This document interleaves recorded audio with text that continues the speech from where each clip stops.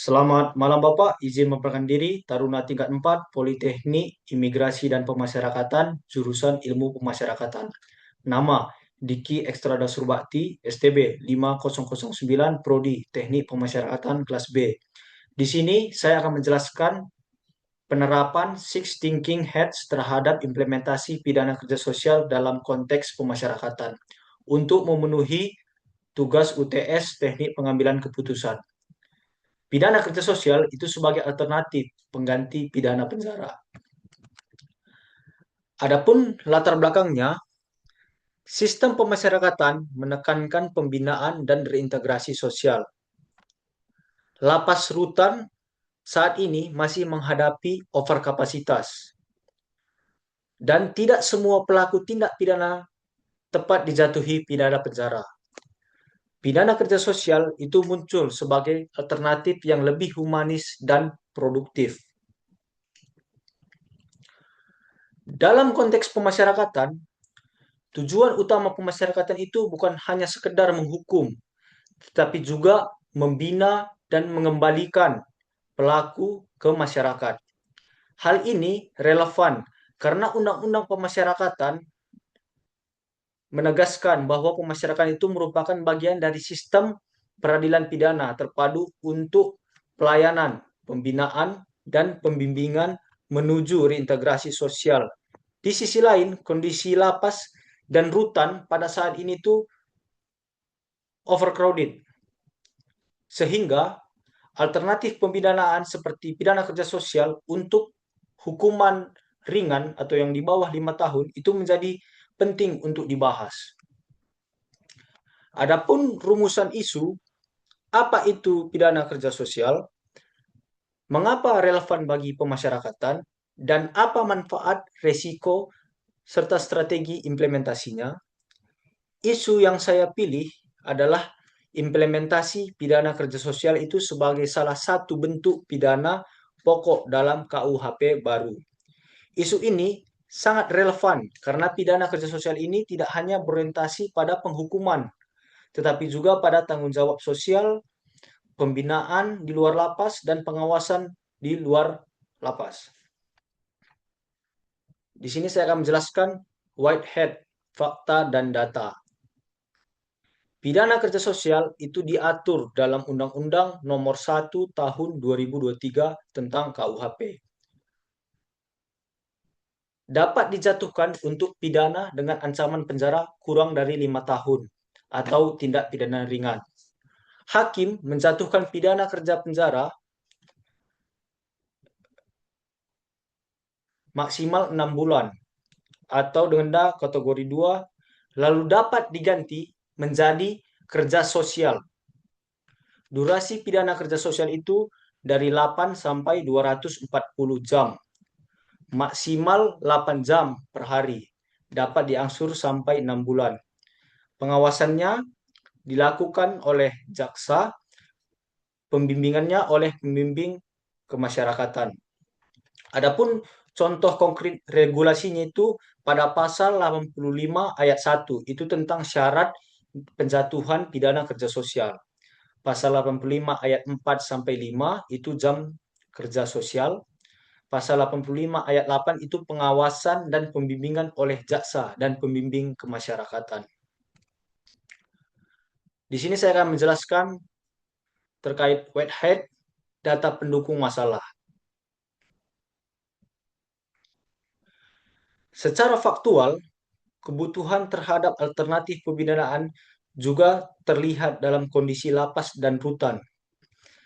Pada Kementerian Imigrasi dan Data Kementerian Imigrasi dan Pemasyarakatan per tanggal 9 April 2026 itu menunjukkan penghuni lapas dan rutan berjumlah 271.468 orang. Sementara kapasitas ideal hanya 146.860 orang. Artinya, tingkat overkapasitas masih sekitar 85%. Kondisi ini menjadi alasan yang sangat kuat mengapa pidana kerja sosial layak dipertimbangkan untuk tindak pidana tertentu yang tidak selalu harus berujung pada pemenjaraan. Dan ini merupakan perlunya alternatif selain pemenjaraan untuk kasus tertentu seperti tindak pidana ringan. Red hat, emosi dan intuisi. Dari sisi emosi, pidana kerja sosial itu menimbulkan respon yang beragam.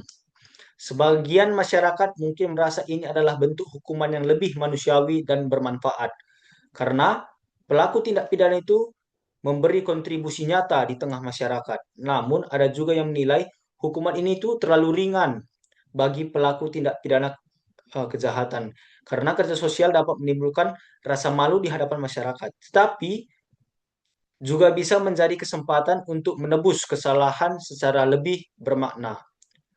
Contoh konkretnya itu misalnya seorang pelaku tindak pidana ringan diwajibkan membersihkan fasilitas umum selama beberapa minggu. Sebagian warga mungkin menilai itu mendidik, tetapi sebagian lain bisa bertanya, mengapa tidak dipenjara saja? Jadi banyak perspektif dari masyarakat lainnya. Black hat, resiko dan kelemahan. Dari Black Hat, implementasi pidana kerja sosial itu memiliki beberapa kelemahan. Yang pertama, masyarakat bisa menilai hukuman ini terlalu lunak. Kedua, pelaksanaan di lapangan memerlukan kesiapan pemerintah daerah, jaksa, dan pembimbing kemasyarakatan. Ketiga, bila monitoring lemah, maka kerja sosial bisa sekedar hanya formalitas saja. Keempat, jika tidak dikelola dengan baik, pidana kerja sosial itu justru bisa memunculkan stigma sosial yang tidak proporsional. Contoh konkretnya, absensi yang tidak ketat, lokasi kerja sosial yang belum tersedia, tidak ada evaluasi perilaku setelah program selesai. Yellow hat, manfaat dan peluang. Dari yellow hat, pidana kerja sosial itu punya banyak manfaat. Dalam paradigma pemidanaan modern, KUHP baru dipahami lebih berorientasi pada keadilan korektif, restoratif, dan rehabilitatif. Ini sejalan dengan semangat pemasyarakatan yang menekankan reintegrasi sosial. Jadi, pidana kerja sosial bukan sekedar hukuman ringan, tetapi sebuah mekanisme agar pelaku tetap mempertanggungjawabkan perbuatannya sambil tetap dibina di tengah masyarakat. Contoh konkretnya itu membersihkan taman kota, membantu perawatan fasilitas umum, membantu kegiatan sosial di panti asuhan ataupun panti jompo, dan layanan publik non-komersial. Green Hat, ide kreatif dan alternatif.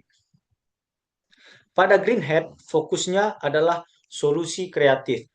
Implementasi pidana kerja sosial bisa dibuat lebih efektif bila jenis pekerjaannya disesuaikan dengan kemampuan si pelaku tindak pidana kejahatan tersebut. Misalnya, pelaku yang punya keterampilan pertukangan itu membantu perbaikan fasilitas umum ringan.